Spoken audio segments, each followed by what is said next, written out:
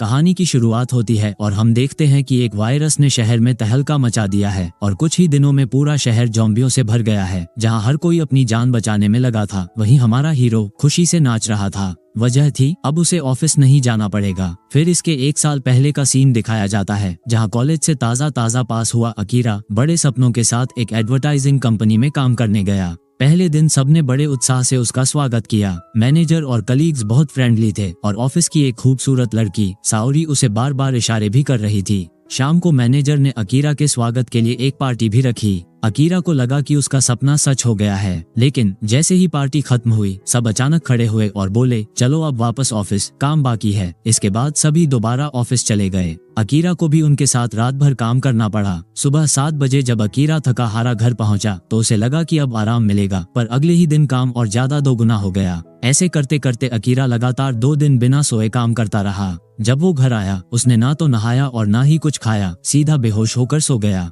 फिर अगली सुबह दोबारा उसी रूटीन में लग गया। मैनेजर हर दिन उसे मोटिवेट करता और कहता, यही हमारी जिंदगी है, हम सब ने ऐसा ही किया है। अकीरा दिन रात बिना सोचे समझे एक बंधुआ मजदूर की तरह काम करता रहा। अब उसके काम करने का सिर्फ एक ही मोटिवेशन था, साओरी, उसकी ड्रीम गर्ल। इसके बाद जब एक दिन अकीरा ऑफिस जा रहा था, तभी उसने देखा कि उसकी बिल्डिंग का गार्ड एक आदमी को काट रहा है। अकीरा जब वहां खड़ा ये सब देख रहा था, तभी गार्ड ने अचानक उसकी तरफ घूरते हुए देखा। उसकी आंखें सफेद और खतरनाक हो चुकी थीं। गार्ड एक डरावनी आवाज करते हुए उस पर झपट पड़ा। ये देखकर अकीरा घबरा कर दौड़ पड़ा, लेकिन कुछ ही दूरी में उसने देखा कि सामने के सभी लोग ज़ॉम्बी बन चुके हैं और उसे काटने के लिए आ रहे हैं। उसे समझ में आ गया कि ये सभी वही मूवीज वाले ज़ॉम्बीज हैं, इसलिए वो वहां से उल्टे पांव भागने लग गया। वे ज़ॉम्बी भले ही बहुत खतरनाक थे, लेकिन अपना अकीरा भी अपने कॉलेज में एक स्पोर्ट्स प्लेयर था, इसलिए ज़ॉम्बी उसकी मिल्खा सिंह वाली स्पीड के सामने टिक नहीं पाए। लेकिन अभी भी अकीरा के दिमाग में बस यही चल रहा था कि अगर देर हो गई तो ऑफिस की डांट पक्की है। फिर वो किसी तरह ऊंची लोहे की दीवार पार करके छत पर चढ़ गया और ज़ॉम्बीज दीवार के पीछे ही अटक गए। फिर उसने चारों तरफ देखा तो हर जगह ज़ॉम्बीज लोगों को खा रहे थे। पूरा शहर मानो नरक बन चुका था। तभी उसने देखा कि एक हवाई जहाज आसमान से गिर रहा है, जिसे देखने पर उसे समझ आया कि अब हालात बहुत बुरे हो चुके हैं। तभी उसने अपने मन में सोचा कि क्या अब मुझे ऑफिस नहीं जाना पड़ेगा। ये सोचकर अपना अकीरा खुशी से नाचने लग गया। अकीरा ने आसमान की तरफ देखा, वह नीला और साफ था। ऐसी आजादी उसने पहले कभी महसूस नहीं की थी। फिर उसने अपने बैग से जूस निकाल कर पी लिया, लेकिन तभी उसे अपनी क्रश साओरी की याद आ गई। उसने जल्दी से साओरी को मैसेज किया। साओरी ने तुरंत जवाब दिया और उसे अपना लोकेशन भेजकर जल्दी आने को कहा। अपना मजनू बिना समय गवाए पाइप के सहारे नीचे उतरा और अपनी साइकिल उठाकर साओरी के घर की ओर निकल गया। रास्ते में ज़ॉम्बीज हर तरफ थे, लेकिन क्रश से मिलने के चक्कर में अकीरा ने बेचारे ज़ॉम्बियों को भाव ही नहीं दिया और कुछ ही देर में वो साओरी के घर पहुंच गया। दरवाजे की घंटी बजाने पर कोई नहीं आया, इसलिए अकीरा ने खुद ही दरवाजा खोल दिया। अंदर पहुंचते ही साओरी दौड़कर उससे लिपट गई। अकीरा के मन में तो जैसे लड्डू फूटने लग गए, लेकिन जब साओरी ने इशारा किया तो उसने देखा कि बिस्तर के पास एक ज़ॉम्बी खड़ा था, जो कंपनी का डायरेक्टर था। अकीरा ने घबराते हुए कहा, ओरी मैया, ये क्या हो गया? तभी वो ज़ॉम्बी बॉस उन पर झपट पड़ा। अकीरा ने अपनी सारी ताकत लगाकर उसे दूर कर दिया। फिर उसने अपने कॉलेज के रग्बी के दिन याद किए। फिर उसने एक ताकतवर टैकल मारा और बॉस को जमीन पर गिरा दिया। तभी साओरी ने एक भारी किताब उठाकर बॉस को खत्म कर दिया। फिर जब अकीरा को पता चला कि उसकी क्रश और बॉस का चक्कर चल रहा था, तो बेचारे के दिल के टुकड़े टुकड़े हो गए। तभी उसने देखा कि साओरी लड़खड़ाते हुए अचानक जमीन पर गिर गई है और उसका भी शरीर कांपने लग गया था। अकीरा को समझ आया कि साओरी पहले ही बॉस द्वारा काटी जा चुकी है। उसने साओरी को खुद को काटने से बचाते हुए दूर हटाया और फिर टूटे दिल से बहुत हिम्मत जुटाकर उसने वो शब्द कहे जो वो हमेशा से कहना चाहता था पर कभी कह नहीं पाया था। आंखों में आंसू लिए अकीरा उस कमरे से बाहर निकल गया। अब वो तय करता है कि घर जाकर एक अच्छी नींद लेगा। लेकिन रास्ते में जब वो नीचे अपने पड़ोसी के घर से गुजर रहा था, उसने देखा कि वहां ज़ॉम्बी घुस चुके थे। उसे याद आया कि सुबह ही उस पड़ोसी ने उससे मदद मांगी थी कि वो उनके लिए कुछ सामान ला दे। अब हालात बदल चुके थे और अकीरा को एक तरफा प्यार में धोखे का स्वाद भी मिल चुका था। तभी उसे साओरी की बातें याद आईं, जो हमेशा कहती थी कि काम के कारण वह अपनी कई इच्छाएं पूरी नहीं कर पाई थी। फिर अकीरा ने सोचा, अगर जिंदगी का अंत ज़ॉम्बी बनने पर ही होना है तो क्यों न मैं वो सब कर लूं जो मैं हमेशा से करना चाहता था। अकीरा ने तुरंत अपनी नोटबुक निकाली और उसमें वो 100 चीजें लिखने लगा जिन्हें वो ज़ॉम्बी सर्वनाश से पहले करना चाहता था। उसकी बकेट लिस्ट में अपनी क्रश से दिल की बात कहना, कमरे की सफाई करना, बालों को कलर करना और बाइक राइडिंग करना जैसी छोटी बड़ी ख्वाहिशें शामिल थीं। अगली सुबह अकीरा ने सबसे पहले अपने कमरे की सफाई की, जो कमरा साल भर से साफ नहीं हुआ था। घंटों की मेहनत के बाद जब सफाई पूरी हुई तो अकीरा को एक अलग ही सुकून महसूस हुआ, मानो उसके दिल और दिमाग की गंदगी भी साफ हो गई हो। इसके बाद वो सुपरमार्केट गया। इस बार उसने महंगे झींगे और सी फूड खरीदे जिन्हें वो पहले कभी खरीद नहीं पाया था। अब कीमतों की परवाह करने की जरूरत ही नहीं थी क्योंकि दुकानदार पहले ही ज़ॉम्बी बन चुका था। फिर उसने अपने बाल रंगवाए और एक बिल्डिंग में खुद की एक तस्वीर भी बनाए। उसे अब दुनिया के नजरिए की कोई फिक्र नहीं थी। अब उसके पास वक्त और आजादी दोनों थे और वो एक एक करके अपनी बकेट लिस्ट पूरी करता जा रहा था। इसके बाद जब वो पटाखों की दुकान से बाहर आ रहा था तभी उसने सामने एक बाइक देखी और बिना कुछ सोचे उसने बाइक उठाई और सड़क पर स्पीड में चलाने लग गया। आखिरकार अब उसने सड़क पर तेज रफ्तार में बाइक चलाने की अपनी ख्वाहिश भी पूरी कर ली थी। रात होने पर अकीरा ने टोक्यो टावर पर जाकर पटाखे जलाए। जब आसमान रंग बिरंगे रोशनी से भर गया तो अकीरा को एक पल के लिए खुशी महसूस हुई, लेकिन फिर उसे थोड़ी उदासी भी हुई क्योंकि इस खूबसूरत नज़ारे को देखने के लिए उसके साथ कोई और इंसान नहीं था। लेकिन अगली सुबह वो सभी गम भूल गया और नई शुरुआत की। हालांकि उसे ये बात कभी मंजूर नहीं थी कि ग्रिल्ड मीट को बिना बारबेक्यू सॉस के खाया जाए, इसलिए वो बारबेक्यू सॉस लेने के लिए फिर से दुकान की ओर भागा। लेकिन वहाँ एक हेलमेट पहनी हुई लड़की ने उसे एक झटके में जमीन पर गिरा दिया। अकीरा की फट गई और घबराकर माफी मांगने लगा और बोला कि वो तो बस सॉस लेने आया है। तभी उस लड़की ने अपना हेलमेट उतारा और अकीरा उसे देखता रह गया। उसका चेहरा साओरी की तरह था। अकीरा कुछ कह पाता इससे पहले दुकान के बाहर से मदद की आवाज आई। अकीरा बिना सोचे समझे बाहर भागा और ज़ॉम्बी पर 3 वार किए, लेकिन कोई असर नहीं हुआ। फिर वो भागकर वापस दुकान में आया तो देखा कि वो लड़की एक स्पीकर की आवाज से ज़ॉम्बी का ध्यान अपनी ओर खींच रही थी। फिर उसने पुलिस की एक छड़ी निकाली और तेजी से वार करते हुए ज़ॉम्बी को खत्म कर दिया। अकीरा ये देखकर हैरान रह गया और तारीफों के पुल बांधने लगा। उसे पता चला कि वो लड़की ज़ॉम्बीज की कमजोरी को समझ चुकी थी। अकीरा ने तुरंत साथ में टीम बनाने का ऑफर दिया, लेकिन लड़की ने उसे पूरी तरह इग्नोर कर दिया। रिजेक्शन के बाद अकीरा उसे जाते हुए देखता रहा और घर आकर सोच में पड़ गया। उसे एहसास हुआ कि उसने अपनी नौकरी में इतना समय गंवा दिया कि अब उसका कोई सच्चा दोस्त भी नहीं बचा। तभी उसकी नज़र कॉलेज के दिनों की एक टीम फोटो पर पड़ी और उसे अपने पुराने दोस्त केंचो की याद आई। अकीरा के विपरीत केंचो ने ग्रेजुएशन के बाद एक रियल एस्टेट एजेंट की नौकरी शुरू की थी और अपनी गजब की सोशल स्किल्स से केंचो ने न सिर्फ करियर में सफलता पाई बल्कि एक मॉडल गर्लफ्रेंड भी पटाई थी। केंचो ने एक बार अकीरा को नौकरी छोड़ने की सलाह भी दी थी, लेकिन अकीरा ने बात नहीं मानी और दोनों में झगड़ा हो गया। तब से दोनों ने कभी बात नहीं की। लेकिन अब जब ज़ॉम्बी सर्वाइवल का दौर आ गया था तो अकीरा ने केंचो को कॉल करने की कोशिश की। कॉल तुरंत लग गई और केंचो से बात होते ही अकीरा खुश हो गया। लेकिन केंचो एक होटल में फंसा हुआ था और ज़ॉम्बियों से घिरा हुआ था। अकीरा ने उसकी लोकेशन ली और बिना एक पल गवाए मोटरसाइकिल पर निकल पड़ा। रास्ते में कई ज़ॉम्बीज उसका रास्ता रोकते रहे, लेकिन अकीरा के इरादे मजबूत थे। उधर होटल में केंचो को कॉलेज के दिनों का वो अकीरा याद आया जो हमेशा मैदान पर सबसे भरोसेमंद खिलाड़ी था। फिर केंचो ने भी हिम्मत जुटाई और होटल से बाहर निकलने की कोशिश की, लेकिन एक नंगे ज़ॉम्बियों का झुंड उसके रास्ते पर था। उनके डरावने चेहरे और होटल के दरवाजे पर हो रही जोरदार दस्तक ने उसे पूरी तरह से हिला दिया। तभी अचानक मोटरसाइकिल के शोर के साथ अकीरा ज़ॉम्बी के झुंड को तोड़ते हुए होटल के पास आ गया। चारों तरफ ज़ॉम्बियों का सैलाब देखकर भी उसके चेहरे पर कोई डर नहीं था। उसे हेलमेट वाली लड़की का तरीका याद आया और उसने अपनी जेब से एक ब्लूटूथ स्पीकर निकाला और ज़ॉम्बियों की तरफ फेंक दिया।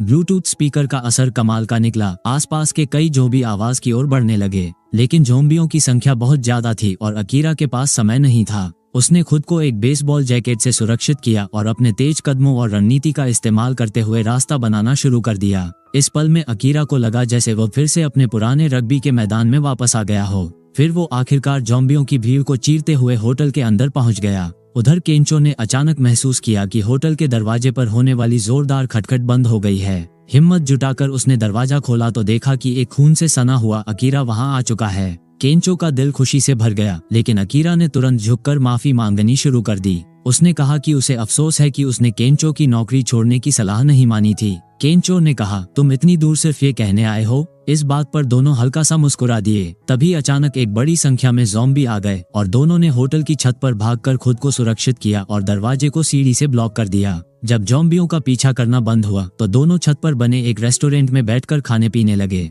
खाना खत्म करने के बाद अकीरा ने केंचो को अपनी 100 इच्छाओं वाली लिस्ट दिखाई, जिसमें एक इच्छा ये भी थी कि वह अपने सबसे अच्छे दोस्त को ढूंढकर माफी मांगेगा। ये देखकर केंचो की आंखों में हल्के आंसू आ गए। फिर उन्होंने कॉलेज के दिनों की बातें की और बातों ही बातों में अकीरा को अपना बचपन का सपना याद आया। दरअसल वो बचपन में सुपर हीरो बनकर सबको बचाना चाहता था। उसने उस ख्वाब को भी अपनी लिस्ट में जोड़ दिया। ये देखकर केंचो ने हंसते हुए कहा, देख भाई, ना तो तेरे हाथों से जाले निकलते हैं और ना ही तू उड़ने वाला सुपरमैन है। तू बस अपने जोश में होश मत खो देना। इसी बीच उन्होंने ऑनलाइन वीडियो में देखा कि पूरा टोक्यो शहर ज़ोंबियों से भर चुका है। हर जगह हिंसा और तबाही थी। केंचो को लगा कि उन्हें जल्दी से जल्दी शहर छोड़ देना चाहिए। इस बार अकीरा ने कोई बेवकूफी नहीं की और केंचो की बात से सहमत हो गया। लेकिन शहर छोड़ने से पहले अकीरा को एक काम करना था। उसे एक्वेरियम जाना था। वहाँ पर शार्क के काटने से बचाने वाली एक खास ड्रेस थी। अकीरा को लगा कि अगर वो इस ड्रेस को पहन ले तो वो ज़ोंबियों के काटने से बच सकता है और ये तो सुपरहीरो बनने के लिए सबसे जरूरी चीज थी। फिर दोनों दोस्तों ने पैकिंग की और नए मिशन के लिए निकल पड़े। लेकिन जैसे ही वो बाहर निकले तो उन्होंने देखा कि एक यात्री भरी बस पर ज़ॉम्बीज ने हमला कर दिया है। बस के यात्री डर से इधर उधर भागने लगे और जल्द ही उनमें से अधिकतर लोग ज़ॉम्बियों का शिकार बन गए। लेकिन ड्राइवर किसी तरह 2 महिला यात्रियों के साथ बच निकला और पास ही में खड़ा हमारा अकीरा उन्हें अपनी ओर बुलाता है। तभी उसने देखा कि पहले मिली हेलमेट वाली लड़की भी ज़ॉम्बियों के बीच फंसी हुई है। अकीरा ने तुरंत उसको भी अंदर बुला लिया। फिर अकीरा और केंचो ने जल्दी से पूरी ताकत से शटर गिरा दिया और ज़ॉम्बियों की भीड़ को बाहर रोकने में कामयाब हो गए। जिंदा बचने पर सबने राहत की सांस ली। ड्राइवर ने बताया कि वे वाटर एक्वेरियम की तरफ जा रहे थे, लेकिन बीच रास्ते में बस खराब हो गई। ये सुनकर अकीरा और केंचो ने एक दूसरे की ओर देखा, क्योंकि वो लोग भी वहीं जा रहे थे। ड्राइवर ने बताया कि एक्वेरियम में ज़ॉम्बियों को रोकने के लिए मजबूत बैरिकेड हैं और वहाँ ताज़ा मछलियाँ और पर्याप्त झींगे खाने के लिए उपलब्ध हैं। वो जगह वास्तव में किसी भी सर्वाइवर के लिए एक सुरक्षित स्वर्ग की तरह है। लेकिन फिलहाल वे एक दुकान में फंसे हुए थे और कहीं भी नहीं जा सकते थे। इस बीच 2 महिला यात्री शराब के काउंटर की ओर बढ़ी। वे अपनी परेशानियों को भूलने के लिए पीने का मन बना चुकी थी। अकीरा और केंचो भी उनके पास जा बैठे और माहौल सेट हो गया। उन महिलाओं ने बताया कि वे एयर होस्टेस हैं। अकीरा के ड्रीम लिस्ट में पहले से एक सपना था, एयर होस्टेस के साथ शराब पीने का। वो सोचने लगा कि शायद भगवान भी उसकी ख्वाहिशें पूरी करने में मदद कर रहे हैं। अकीरा ने तुरंत एक्शन लिया और बातचीत शुरू की, लेकिन माहौल जल्द ही अजीब बन गया। अपनी स्थिति संभालने के लिए अकीरा बहाना बनाकर शराब लेने चला गया। जब वो वापस लौटा तो देखा कि केंचो अपनी चालाकी और बातों से पहले ही दोनों एयर होस्टेस को पटा चुका था। अकीरा ने इशारों में केंचो से गुजारिश की कि भाई कम से कम एक लड़की को तो मेरे लिए छोड़ दे, लेकिन केंचो ने मुस्कुराते हुए सॉरी कहा और दोनों एयर होस्टेस के साथ चला गया। कट जाने के बाद अकीरा ने सिर पकड़ लिया। तभी हेलमेट वाली लड़की उसके पास आई। अकीरा को अचानक याद आया कि यहाँ एक और खूबसूरत महिला है। उसने तुरंत अपना परिचय देना शुरू किया। हेलमेट वाली ने उसका मजाक नहीं उड़ाया, बल्कि उसकी घायल हथेली पर पट्टी बांधने लगी और उसने अपना नाम से झुका बताया। लेकिन तभी अचानक ड्राइवर फर्श से उठकर बैठ गया। दरअसल अंदर आने से पहले ही वो ज़ोंबी के काटने का शिकार हो चुका था। जब वो धीरे धीरे ज़ोंबी में बदलने लगा तो अकीरा और शिजुका वहां से भाग निकले। दूसरी तरफ केंचो और दोनों एयर होस्टेस मस्ती में ड्रेस अप गेम खेल रहे थे और उनकी खुशी और हंसने के शोर से ड्राइवर ज़ोंबी उनकी ओर आकर्षित हो गया। तभी एक एयर होस्टेस को अचानक ज़ोंबी ने दबोच लिया। दूसरी एयर होस्टेस ने जैसे ही उसे बचाने की कोशिश की, लेकिन वो भी ज़ोंबी के हमले का शिकार हो गई। ये सब देखकर केंचो की फट गई। वो किसी तरह उनसे बचकर छुप गया, लेकिन ड्राइवर ज़ोंबी भी चुपचाप उसका पीछा कर रहा था। ठीक उसी समय चारों ओर एक तेज संगीत बजने लगा, क्योंकि शिजुका ने एक म्यूजिक वाले झूले को चालू कर दिया था। लेकिन उसका ये कदम उल्टा पड़ गया, क्योंकि संगीत सुनकर हर दिशा से ज़ॉम्बी उसकी ओर खींचने लगे। जल्द ही ज़ॉम्बी उसे चारों ओर से घेरने लगे और वो एकदम असहाय हो गई थी। दूसरी तरफ अकीरा और केंचो ने जैसे ही शिजुका को मुश्किल में देखा तो उन्होंने झटपट पास पड़े पटाखों को आग लगा दी, जिससे रंग बिरंगी चमक और तेज आवाज ने सभी ज़ॉम्बीज का ध्यान भटका दिया और तीनों बाहर निकल गए। शिजुका पहले अकेले भागने की सोच रही थी, तभी अकीरा ने उसे अपने साथ आने को कहा। आखिरकार वो भी अकीरा और केंचो के साथ वैन में बैठ गई। रास्ते में जब अकीरा ने अपना सुपर हीरो बनने का सपना बताया तो शिजुका ने उसे मजाक में पागल कह दिया, लेकिन धीरे धीरे उसने अपना सख्त रवैया छोड़ दिया। फिर उसने बताया कि वो भी एक्वेरियम ही जा रही थी। अब तीनों ने मिलकर आगे का सफर शुरू किया। सफर के दौरान अकीरा ने हिचकिचाते हुए कहा कि उसकी एक ख्वाहिश है, एक सुंदर लड़की के साथ गर्म पानी के झरने में नहाना। ये सुनकर शिजुका ने उसे तुरंत मना कर दिया, लेकिन अकीरा को इससे कोई फर्क नहीं पड़ा और उसने अपने दूसरे छोटे छोटे सपने पूरे करने की कोशिश जारी रखी।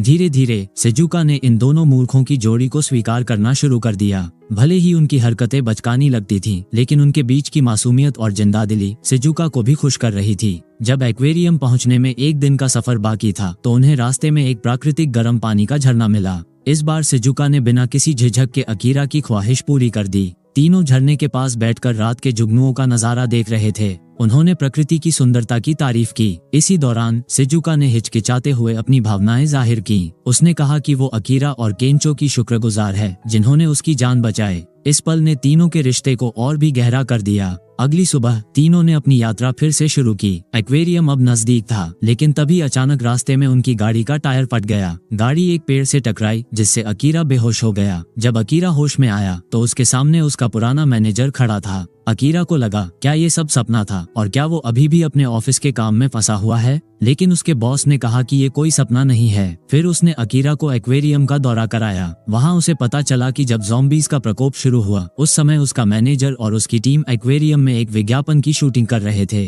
वो भाग्यशाली थे कि जिंदा बच गए और उन्होंने इस जगह को अपने किले जैसा बना लिया था। यहाँ खाने पीने की चिंता नहीं थी क्योंकि मछलियाँ और झील का पानी पर्याप्त मात्रा में था, लेकिन वहाँ हर व्यक्ति को काम का बंटवारा दिया गया था। सुरक्षा टीम ज़ॉम्बियों को एक प्राकृतिक दीवार की तरह इस्तेमाल कर रही थी जो दूसरे बचे हुए लोगों को अंदर आने से रोकती थी। ये ज़ॉम्बी न तो खाना मांगते थे और न ही शिकायत करते थे, बिल्कुल प्राइवेट नौकरी वालों की तरह। अकीरा ये सब देखकर सन्न रह गया। उसे अपने पुराने ऑफिस के दिन याद आ गए जब वह भी ऐसे ही गधों की तरह दबाव में काम करता था। मैनेजर ने अकीरा और उसके दोस्तों को यहाँ सुरक्षित रहने दिया और बदले में कहा कि वे जो भी काम सौंपा जाए चुपचाप उसे करें। अकीरा ने महसूस किया कि उसके खड़ूस मैनेजर ने ये जगह उसके पुराने ऑफिस से भी ज्यादा कठोर बना दी थी। मैनेजर और उसके लोग तो मछली और अच्छा खाना खा रहे थे, लेकिन नए लोगों को सिर्फ सादा भोजन दिया जाता था। केंचो ने जब देखा कि अकीरा मैनेजर की सेवा कर रहा है तो उसने उसे रोकने की कोशिश की, लेकिन एक आदमी ने उसे चेतावनी दी कि मैनेजर को नाराज करके वो मुसीबत में आ सकता है। रात में केंचो ने चुपके से वैन का टायर ठीक किया और कुछ जरूरी सामान इकट्ठा किया। दरअसल वो अकीरा और शिजुका के साथ भागने की योजना बना रहा था, लेकिन अकीरा जो मैनेजर के दबाव में फिर से अपने पुराने फट्टू वाले रूप में बदल चुका था, उसने कहा कि वो यहाँ रहकर काम करना चाहता है। शिजुका वैन में बैठी ये सब देख रही थी। तभी उसकी नजर अकीरा की उस डायरी पर पड़ी जिसमें उसकी ख्वाहिशें लिखी थीं, जिसमें आखिरी ख्वाहिश थी हम तीनों मिलकर दुनिया की सैर करेंगे। ये लाइन उसने गर्म झरने वाले दिन लिखी थी। ये देखकर वो तुरंत केंचो के साथ वापस एक्वेरियम गई और अकीरा को ढूंढ निकाला। उसने उससे कहा तुम अपने सपने को भूल चुके हो और क्या तुम भी यहाँ इन ज़ॉम्बियों जैसे बनकर रहना चाहते हो। अकीरा ने डायरी देखी तो उसे उनके साथ बिताए खुशी के पल याद आने लगे, लेकिन तभी मैनेजर ने आकर उसकी डायरी छीन ली और उसे जमीन पर पटक कर कुचल दिया। लेकिन अकीरा ने मैनेजर को धक्का देकर डायरी उठाई और साफ साफ कह दिया मैं अब तुम्हारा कहना नहीं मानूंगा। ये देखकर शिजुका और केंचो ने उसे बहुत गर्व से देखा, लेकिन तभी बाहर से चीख पुकार की आवाजें आने लगी। एक ज़ॉम्बी चुपके से सप्लाई ट्रक में घुस गया था और उसने गार्ड को मार डाला। इस वजह से जो ज़ॉम्बी सुरक्षा दीवार के रूप में इस्तेमाल हो रहे थे वे भी एक्वेरियम में घुस गए थे। जल्द ही पूरी जगह तबाही के मंजर में बदल गई। कुछ ज़ॉम्बी और लोग पानी में गिर गए और वहीं तैर रही शार्क ने उन्हें निगल लिया। जब तक अकीरा और उसके दोस्त स्थिति को समझ पाते पूरा एक्वेरियम ज़ॉम्बियों से भर चुका था। तभी वो शार्क भी पानी से बाहर निकली और वो शार्क भी अब ज़ॉम्बी बन चुकी थी और उसके अंदर से बहुत सारे पैर बाहर निकलने लग गए और अब वो चलकर उनको काटने आने लगी। वे लोग भागते हुए एक कमरे में छिप गए, लेकिन उन्होंने देखा कि मैनेजर बाहर ही रह गया है। अकीरा ने कहा कि वो मैनेजर को बचाने जाएगा। उसने कहा सुपर हीरो किसी को भी पीछे नहीं छोड़ते, चाहे वो दुश्मन ही क्यों न हो। तभी दरवाजा खोलने से पहले केंचो ने उसे रोककर कहा अगर सुपर हीरो हो तो सुपर हीरो वाला सूट पहनकर जाओ। बाहर जैसे ही मैनेजर मरने की कगार पर था, अकीरा शार्क से बचने वाली ड्रेस पहनकर वहां आ गया। अकीरा ने जैसे ही मैनेजर को बचाने की कोशिश की, उसे शार्क ने झपट लिया। मैनेजर ये देखकर तुरंत अपनी जान बचाने के लिए खिसक गया, लेकिन उसी समय केंचो गाड़ी लेकर वहां पहुंचा और शार्क का ध्यान भटकाकर अकीरा को बचा लिया। उसने अकीरा से कहा कि दूसरी ओर और भी लोग हैं जिन्हें उसकी मदद की जरूरत है।